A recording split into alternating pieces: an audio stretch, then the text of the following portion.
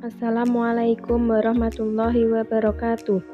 Kami dari kelompok 6 yang beranggotakan Sevia Dwi Karisma, Septina Miftahul Jannah, Sinta Amanatunisa, dan Siti Nur Arfiah di sini akan mempresentasikan hasil kerja dari kelompok kami yang membahas tentang latar belakang berdirinya Daulah Abbasiyah, perkembangan politik pada masa Daulah Abbasiyah, perkembangan kebudayaan dan ilmu-ilmu rasional, faktor yang menyebabkan kemajuan perkembangan ilmu pengetahuan dan peradaban Islam, sebab-sebab kemunduran Bani Abbasiyah.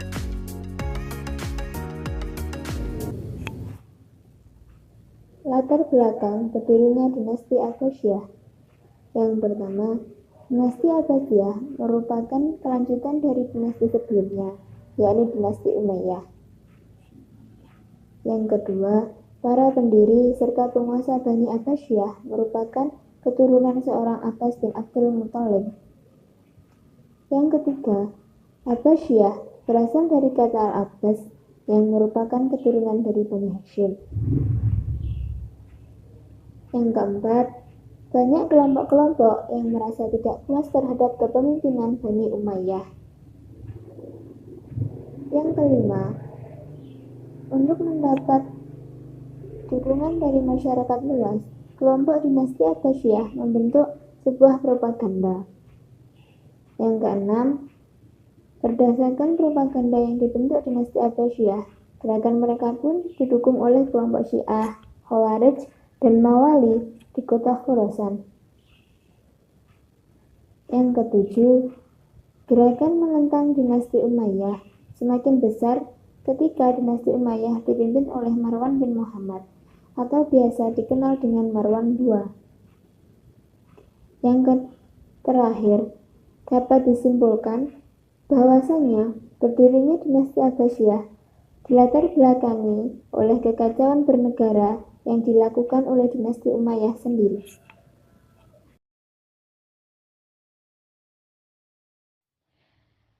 Perkenalkan, nama saya Septina Miftahul Jannah. Di sini saya akan melanjutkan presentasi sebelumnya. Di sini saya akan mempresentasikan perkembangan politik pada Bani Abbasiyah. Sebelum ke materi itu, saya akan menjelaskan sedikit materi tentang pembagian masa pemerintahan Bani Abbasiyah. Langsung saja, pada masa pemerintahan Abbasiyah berlangsung sangat lama. Dalam hal pemerintahnya itu dapat dikelompokkan menjadi 4 periode.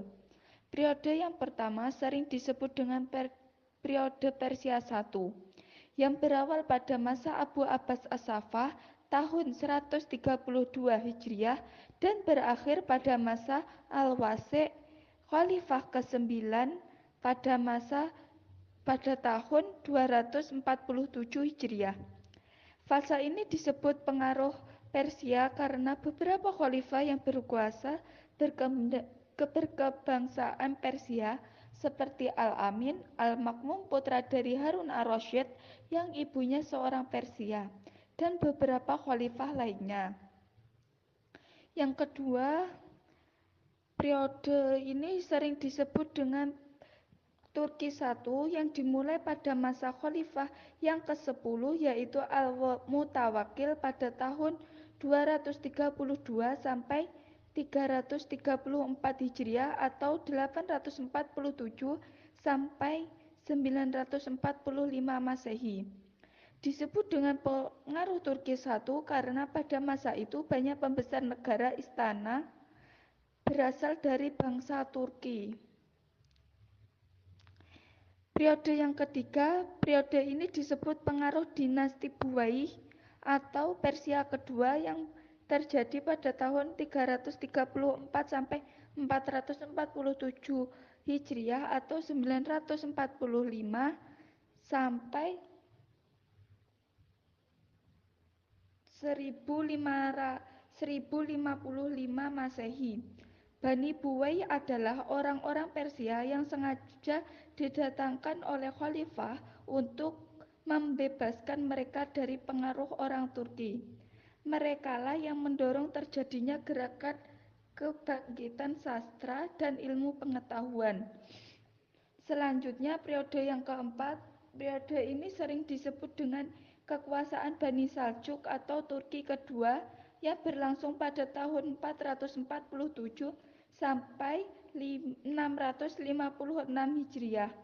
Pada periode ini, Islam menghadapi dua serangan sekaligus. Yang pertama, serangan dari bangsa Salib, kaum Salib. Yang kedua, serangan bangsa Mongol yang akan mengakibatkan penyebab kemunduran Bani Abbasiyah.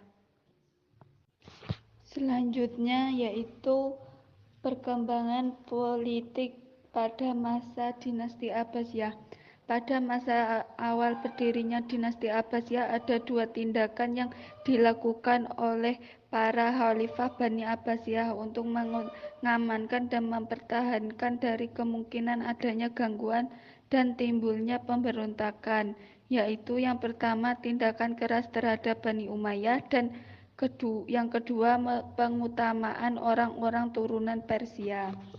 Pembaiatan Abu Abbas sebagai khalifah dinasti Abbasiyah yang pertama pada tahun 122 Hijriah atau 749 Masehi di Masjid Kufa menandai berdirinya dinasti Abbasiyah secara resmi.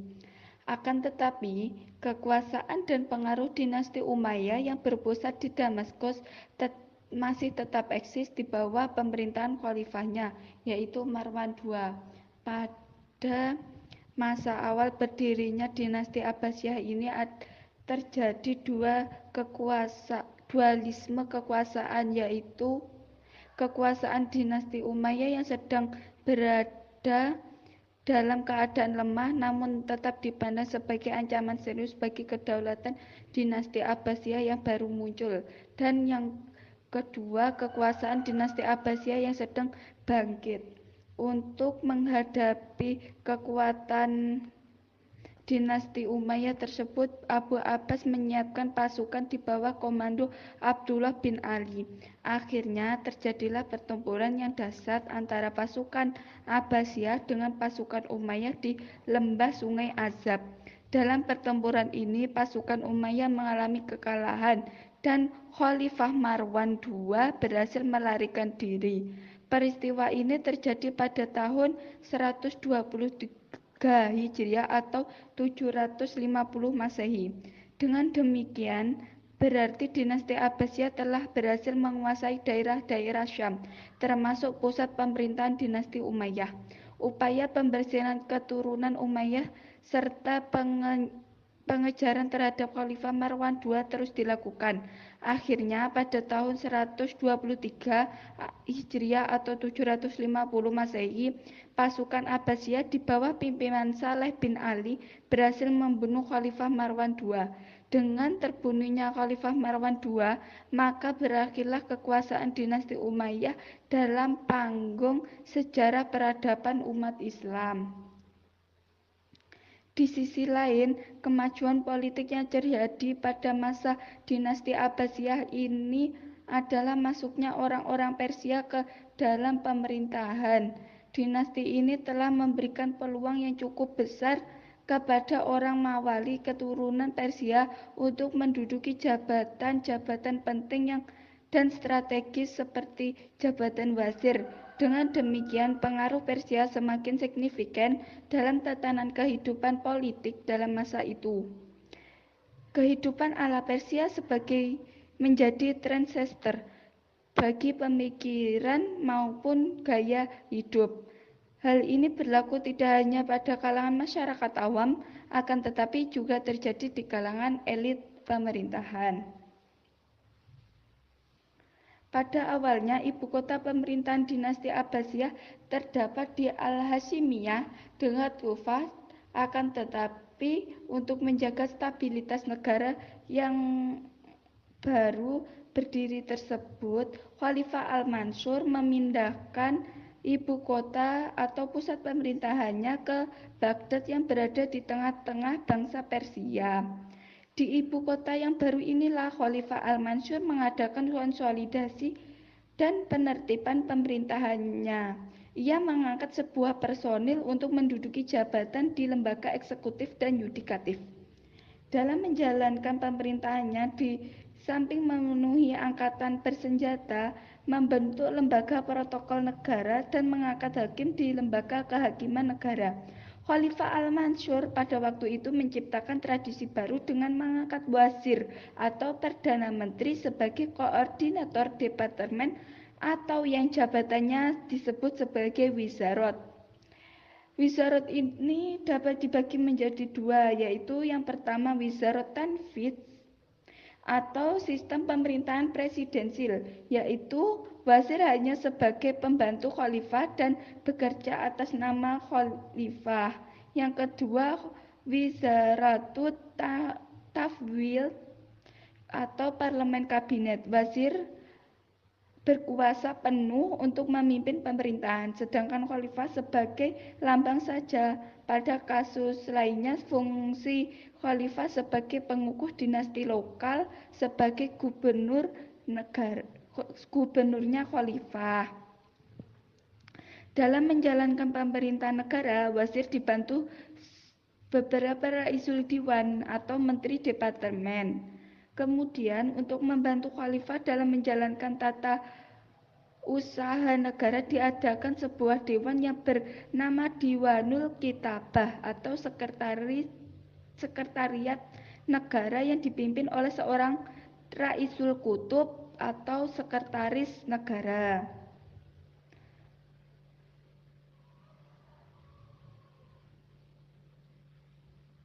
Pada pemerintahan Bani Abbasiyah, masa keemasan hanya berlangsung sampai Khalifah Al-Wasib. Secara politis, para khalifah betul-betul tokoh yang sangat kuat dan merupakan pusat kekuasaan politik dan agama sekaligus. Di sisi lain, kemakmuran rakyat mencapai tingkat tertinggi. Periode ini juga berhasil menyiapkan landasan bagi perkembangan filsafat dan ilmu pengetahuan Islam.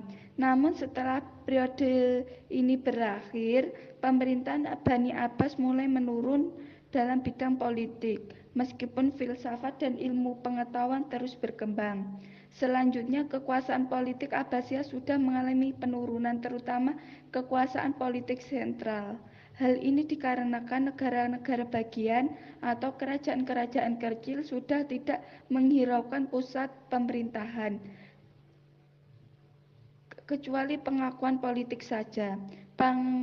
Panglima di daerah sudah berkuasa di daerahnya, dan mereka telah mendirikan atau membentuk pemerintahan sendiri. Misalnya, munculnya daulah kecil, contohnya Daulah Bani Umayyah di Andalusia dan Spanyol, atau Daulah Fatimiyah. Setelah mengalami masa kejayaan, dinasti Abbasiyah akhirnya mengalami kemunduran dan kehancuran. Berakhirlah kekuasaan dinasti Saljuk atas Baghdad menjadi Khalifah Abbasiyah tidak lagi berada di bawah kekuasaan suatu dinasti tertentu, walaupun banyak sekali dinasti Islam berdiri. Sekian presentasi dari saya, selanjutnya akan disampaikan oleh teman saya. Pembahasan yang selanjutnya adalah perkembangan kebudayaan dan ilmu-ilmu rasional dinasti Abbasiyah. Perkembangan kebudayaan dan ilmu-ilmu rasional dinasti Abbasiyah berkembang sangat pesat. Pada masa itu, hingga disebut sebagai puncak kejayaan umat Islam. Ibu kota Daulah Abbasiyah yang awalnya Al-Hasimiyah oleh Khalifah Al-Mansur dipindah ke Baghdad. Hal ini bertujuan untuk lebih memantapkan dan menjaga stabilitas negara saat awal berdiri. Kemudian, Baghdad mencapai puncak kejayaan pada masa Khalifah Harun ar-Rasyid. Dinasti Abbasiyah dengan pusatnya di Baghdad pada masa kejayaannya sangat maju sebagai pusat peradaban dan pusat ilmu pengetahuan. Peradaban dan kebudayaan dinasti Abbasiyah dalam berbagai bidang antara lain: yang pertama, administrasi pemerintahan. Dalam menjalankan sistem teknis pemerintahan, dinasti Abbasiyah menggunakan sistem dewan. Misalnya, dinasti Abbasiyah memiliki kantor pengawas atau Dewan al-Zimani.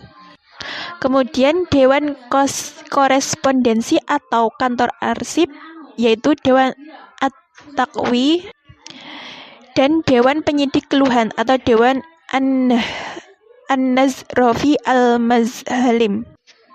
Kemudian pada bidang organisasi militer, sistem militer Daulah Abbasiyah terorganisasi dengan baik, berdisiplin tinggi, dan pelatihan serta pengajaran secara reguler.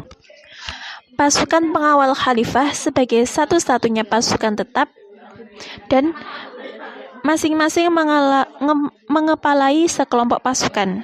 Selain pasukan pengawal khalifah tersebut, ada juga pasukan bayaran dan sukarelawan, serta sejumlah pasukan dari berbagai suku dan distrik.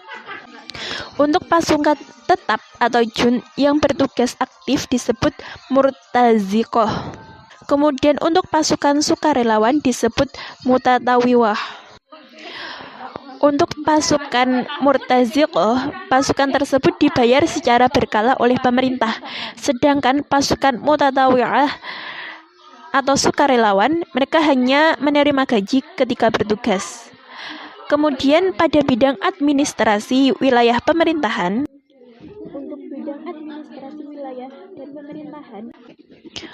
untuk bidang administrasi wilayah pemerintahan, dinasti Abbasiyah menggunakan pembagian provinsi dan dipimpin oleh seorang amir. Hal ini tidak berbeda dengan sistem administrasi wilayah pemerintahan yang digunakan atau diterapkan pada dinasti Umayyah. Kemudian pada bidang pertanian, perdagangan, dan industri, pertanian merupakan sumber utama pemasukan negara. Hal itu dikarenakan pusat pemerintahan dinasti Abbasiyah yang berada di daerah yang subur, di tepian sungai yang dikenal dengan nama Sawat. Kemudian daerah rendah di lembah Tigris Euphrates yang merupakan daerah terkaya setelah Mesir dan dipandang sebagai surga Aden mendapat perhatian khusus dari pemerintah pusat. Mereka membuka kembali saluran irigasi yang lama dari sungai Euphrates dan membuat saluran irigasi baru sehingga membentuk sebuah jaringan yang sempurna. Untuk perdagangan, terjalin hubungan maritim Arab dan Persia dengan India dan Cina. Pada masa Abbasiyah, orang-orang justru mampu mengimpor barang dagangan seperti rempah-rempah, kapur barus, dan sutra dari kawasan Asia yang lebih jauh.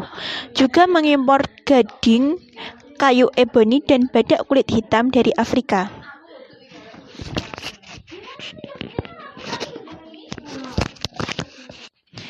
Tingkat aktivitas perdagangan semacam itu didukung pula oleh pengembangan industri rumah tangga dan pertanian yang maju. Kemudian pada bidang islamisasi pemerintahan, sebanyak 500 orang Kristen Bani Taknuk dekat Aleppo mengikuti perintah Khalifah Al-Mahdi untuk masuk Islam.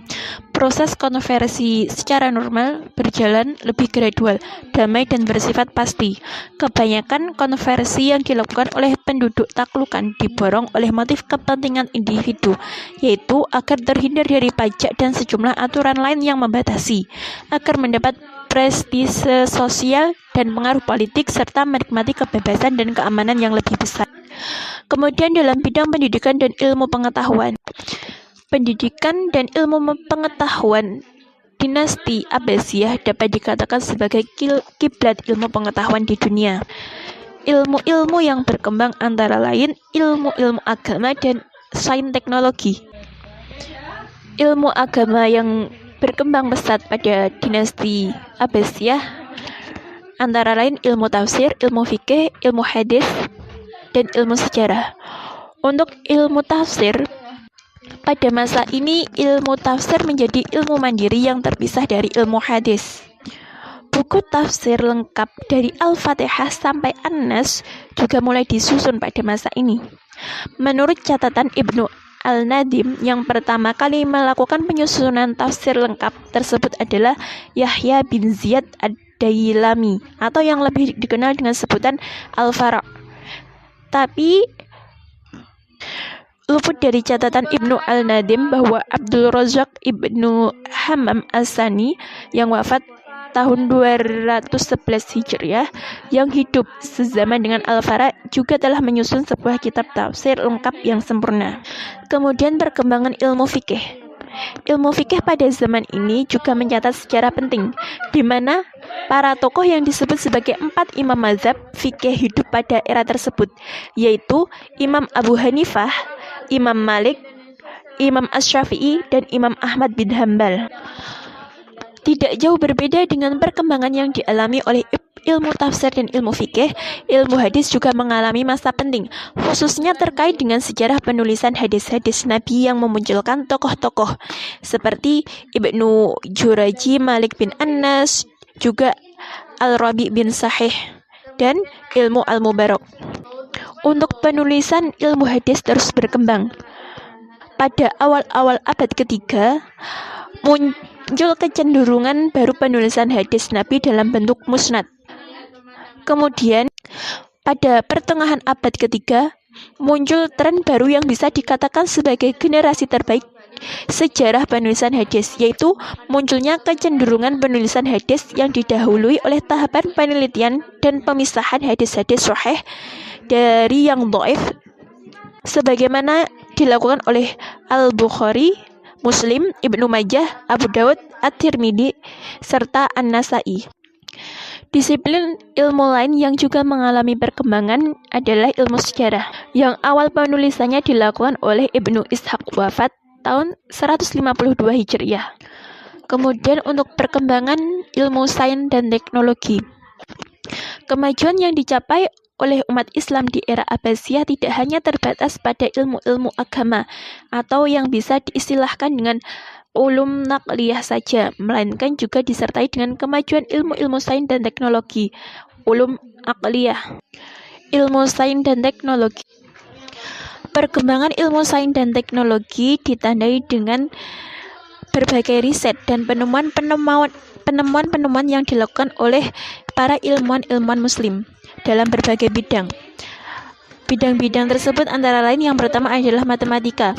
Ilmuwan muslim yang berpengaruh atau terkenal pada bidang matematika adalah Al-Khwarizmi, yang mana beliau sebagai penemu angka 0. Kemudian pada bidang astronomi ada Al-Farabi.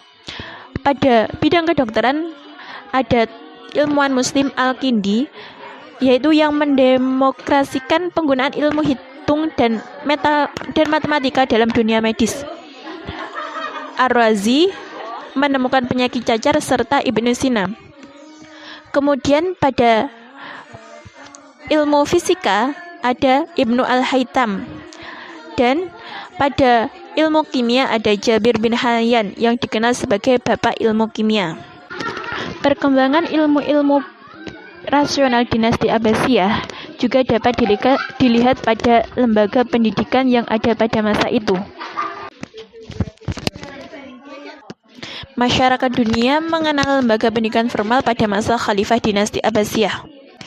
Madrasah Nizamiyah merupakan contoh awal dari perguruan tinggi yang menyediakan sarana belajar yang memadai bagi para penuntut ilmu. Madrasah Nizamiyah ini dibangun pada 1065 sampai 1067 Masehi atas prakarsa Perdana Menteri Nizamul Mulk. Madrasah Nizamiyah ini mulanya hanya ada di kota Baghdad, ibu kota dan pusat pemerintahan Islam di Irak pada waktu itu. Kemudian Nizam al-Mulk mengembangkan madrasah tersebut dengan membuka dan mendirikan madrasah serupa di berbagai kota, baik di wilayah barat maupun timur dari daerah kekuasaan Islam. Sistem belajar yang diterapkan di Madrasah Nizamiyah adalah pengajar berdiri di depan ruang kelas menyampaikan materi-materi kuliah, sementara para pelajar duduk dan mendengarkan penjelasan di atas meja-meja yang disediakan. Kemudian proses belajar dilanjutkan dengan berdialog atau tanya jawab antara dosen dan para mahasiswa atau pelajar mengenai materi yang disajikan dalam suasana semangat keilmuan yang tinggi. Menurut Charles Michael Staton, Madrasah Nizamiyah merupakan perguruan tinggi modern pertama di dunia. Hal ini diakui oleh Nakosten yang menyatakan bahwa Madrasah Nizamiyah sebagai Universitas Ilmu Pengetahuan Teologi Islam, sebab Madrasah Nizamiyah mengajarkan pendidikan yang lebih khusus dengan spesifikasi bidang teologi dan hukum Islam.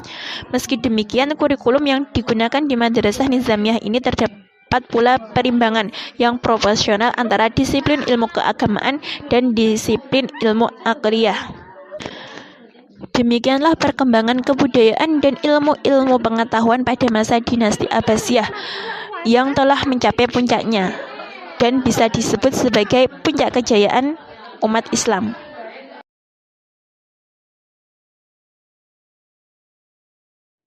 Faktor yang menyebabkan kemajuan perkembangan ilmu pengetahuan dan peradaban Islam. Pada periode pertama pemerintahan Bani Abbasiyah mencapai masa keemasan. Secara politis, para khalifah betul-betul tokoh yang kuat dan merupakan pusat kekuasaan politik sekaligus agama. Di sisi lain, kemakmuran masyarakat mencapai tingkat tertinggi. Periode ini juga berhasil menyiapkan landasan bagi perkembangan ilmu pengetahuan dalam Islam. Peradaban dan kebudayaan Islam tumbuh dan berkembang, bahkan mencapai kejayaannya pada masa Abbasiyah.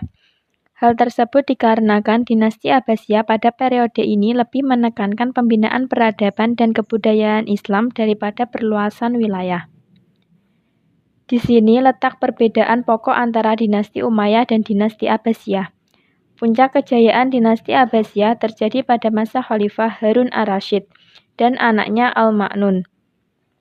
Ketika ar-Rasyid memerintah, negara dalam keadaan makmur, kekayaan melimpah, keamanan terjamin, walaupun ada juga pemberontakan dan luasnya wilayahnya mulai dari Afrika Utara hingga ke India. Pada masanya hidup para filsuf, pujangga, ahli baca Al-Quran, dan para ulama di bidang agama. Didirikan perpustakaan yang diberi nama Baitul Hikmah. Di dalamnya orang dapat membaca, menulis, dan berdiskusi. Khalifah Harun ar-Rasyid sebagai orang yang taat beragama menunaikan ibadah haji tiap tahun yang diikuti oleh keluarga dan pejabat-pejabatnya serta para ulama dan berderma kepada fakir miskin. Pada masanya berkembang ilmu pengetahuan agama seperti ilmu Al-Quran, qiraat, hadis, fikih, ilmu kalam, bahasa, dan sastra. 4 mazhab fikih tumbuh dan berkembang pada masa dinasti Abbasiyah. Imam Abu Hanifah meninggal di Baghdad pada tahun 150 Hijriah. Pendiri mazhab Hanafi. Imam Malik bin Anas banyak menulis hadis dan pendiri mazhab Maliki. Wafat di Madinah tahun 179 Hijriah. Muhammad bin Idris al-Syafi'i wafat di Mesir tahun 204 Hijriah. Merupakan pendiri dari mazhab Syafi'i. Ahmad bin Hanbal, pendiri mazhab Hambali, wafat pada tahun 241 Hijriah. Di samping itu, berkembang pula ilmu filsafat, logika, metafisika, matematika, ilmu alam, geografi, aljabar, aritmatika, mekanika, astronomi, musik, kedokteran, dan kimia. Ilmu-ilmu umum masuk ke dalam Islam melalui terjemahan dari bahasa Yunani dan Persia ke dalam bahasa Arab, di samping bahasa India. Pada masa pemerintahan Al-Ma'mun, pengaruh Yunani sangat kuat. Di antara para penerjemah yang termasyhur saat itu adalah Hunain bin Ishaq yang banyak menerjemahkan buku-buku berbahasa Yunani ke bahasa Arab. Ia menerjemahkan kitab Republik dari Plato dan kitab kategori metafisika, makna, moralia dari Aristoteles. Al-Khawarizmi menyusun ringkasan astronomi berdasarkan ilmu Yunani dan India. Lembaga pendidikan pada masa dinasti Abbasiyah mengalami perkembangan dan kemajuan yang sangat pesat. Hal ini sangat ditentukan oleh perkembangan bahasa Arab, baik sebagai bahasa administrasi yang sudah berlaku sejak pada masa Bani Umayyah, maupun menjadi bahasa ilmu pengetahuan. Di samping itu, kemajuan tersebut paling tidak juga ditentukan oleh 2 hal, yaitu 1. terjadinya asimilasi antara bahasa Arab dengan bangsa-bangsa lain yang lebih dahulu mengalami perkembangan dalam bidang ilmu pengetahuan. Pada masa pemerintahan Bani Abbasiyah, bangsa-bangsa non-Arab banyak yang masuk Islam. Asimilasi berlangsung secara efektif dan bernilai guna. Bangsa-bangsa itu memberi saham tertentu dalam perkembangan ilmu pengetahuan dalam Islam. Pengaruh Persia sebagaimana sudah disebutkan sangat kuat di bidang pemerintahan. Di samping itu, bangsa Persia banyak berjasa dalam perkembangan ilmu, filsafat, dan sastra. Pengaruh India terlihat dalam bidang kedokteran, ilmu matematika, dan astronomi. Sedangkan pengaruh Yunani masuk melalui penerjemahan-terjemahan di berbagai bidang ilmu terutama filsafat. 2. Gerakan penerjemahan berlangsung menjadi 3 fase. Fase pertama pada masa Khalifah Al-Mansur hingga Harun Ar-Rasyid. Pada fase ini banyak diterjemahkan adalah karya-karya dalam bidang astronomi dan mantik. Fase kedua berlangsung mulai dari masa Khalifah Al-Ma'mun hingga tahun 300 Hijriah. Buku-buku yang banyak diterjemahkan adalah buku dalam bidang filsafat dan kedokteran. Fase ketiga berlangsung setelah tahun 300 Hijriah, terutama setelah adanya pembuatan kertas. Selanjutnya, bidang-bidang ilmu itu diterjemahkan semakin meluas. Faktor-faktor yang menyebabkan kemunduran dinasti Abbasiyah. Kejayaan Abbasiyah rupanya hanya sampai pada periode pertama. Setelah itu, Abbasiyah mulai mengalami kemunduran. Di antara sebab-sebab kemunduran itu ialah luasnya wilayah kekuasaan. Luasnya wilayah kekuasaan ini akan menyulitkan komunikasi antara pemerintah pusat dengan pemerintah daerah. Bahkan pemerintah pusat tidak bisa mengontrol kegiatan pemerintah daerah, sehingga pemerintah pusat tidak tahu perkembangan apa yang terjadi, apakah telah terjadi penyimpangan ataupun pemberontakan. Yang kedua, pola hidup mewah yang dijalankan oleh para Khalifah Abbasiyah dan keluarganya serta para pejabatnya, karena harta kekayaan yang melimpah dari hasil wilayah yang luas, ditambah lagi dengan industri olahan yang melimpah dan tanah yang subur, serta pendapatan pajak dari pelabuhan-pelabuhan yang menghubungkan antara dunia barat dan dunia timur. Hal ini juga menyebabkan banyak para pejabat-pejabat yang korupsi. Kondisi tersebut diperburuk oleh lemahnya para khalifah, sehingga mereka berada di bawah pengaruh para pengawalnya yang menguasai keadaan yang terdiri dari orang-orang Turki. Selain kedua faktor tersebut, faktor selanjutnya adalah adanya dinasti-dinasti yang memerdekakan diri terhadap pemerintah pusat. Bahkan dinasti-dinasti seperti Umayyah di Spanyol dan Fatimiyah di Mesir menjadi saingan Abbasiyah. Pada periode keempat, pemerintahan Abbasiyah dipengaruhi oleh Seljuk. Mereka adalah bangsa pengembara dari suku Gus Turki yang berasal dari Asia Tengah. Mereka menggantikan dinasti Buwayh yang bercorak Syiah dan mengembalikan Abbasiyah pada aliran Sunni. Akhir dari kekuasaan Abbasiyah adalah ketika Baghdad diserang oleh pasukan Mongol. Tentara Mongol dipimpin oleh Hulagu Khan yang berkekuatan sekitar 200.000 orang tiba di salah satu pintu Baghdad. Khalifah Al-Mustasim, penguasa terakhir Bani Abbasiyah di Baghdad, betul-betul tidak mampu membendung topan tentara Hulagu Khan. Pada saat kritis tersebut, Wazir Khilafah Abbasiyah, Ibn al-Qami, ingin mengambil kesempatan dengan menipu Khalifah. Ia mengatakan kepada Khalifah, "Saya telah menemui mereka yang untuk perjanjian damai." Hulagu Khan ingin mengawinkan anak perempuannya dengan Abu Bakr bin Mustasim, putra Khalifah. Dengan demikian, Hulagu Khan akan menjamin posisimu. Ia tidak menginginkan sesuatu kecuali kepatuhan, sebagaimana kakek-kakekmu terhadap Sultan-Sultan Seljuk. Pada saat mendapat serangan dari pasukan Mongol, kota Baghdad dihancurkan rata dengan tanah. Hulagu Khan menancapkan kekuasaan di Baghdad selama 2 tahun, sebelum melanjutkan serangan ke Syria dan Mesir.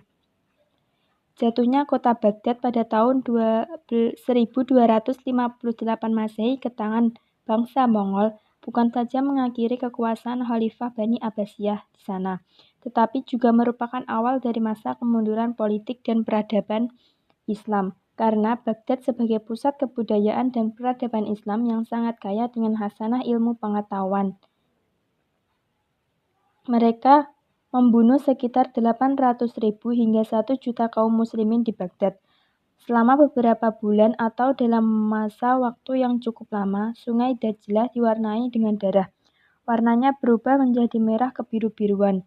Warna biru berasal dari kitab yang dibuang ke sungai, sedangkan warna merah disebabkan oleh banyaknya darah dari warna merah disebabkan karena banyaknya darah yang dialirkan ke dalamnya.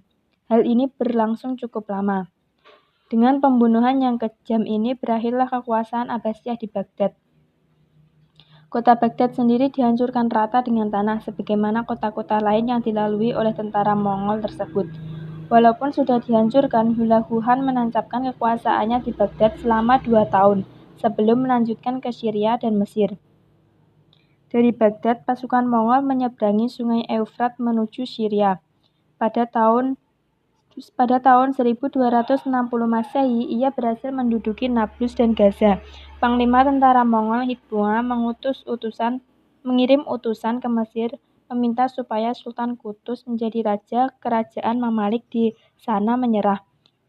Permintaan itu ditolak oleh Qutuz. Selain mendapat serangan dari pasukan Mongol, kemunduran Bani Abbasiyah juga disebabkan karena terjadinya perang salib. Perang salib ini berlangsung beberapa gelombang yang menyebabkan menelan banyak korban. Konsentrasi dan perhatian pemerintahan Abbasiyah terpecah belah untuk menghadapi tentara salib, sehingga memunculkan kelemahan-kelemahan yang menyebabkan kemunduran Bani Abbasiyah. Sekian presentasi dari kelompok kami. Apabila ada kurangnya, kami mohon maaf yang sebesar-besarnya. Wassalamualaikum warahmatullahi wabarakatuh.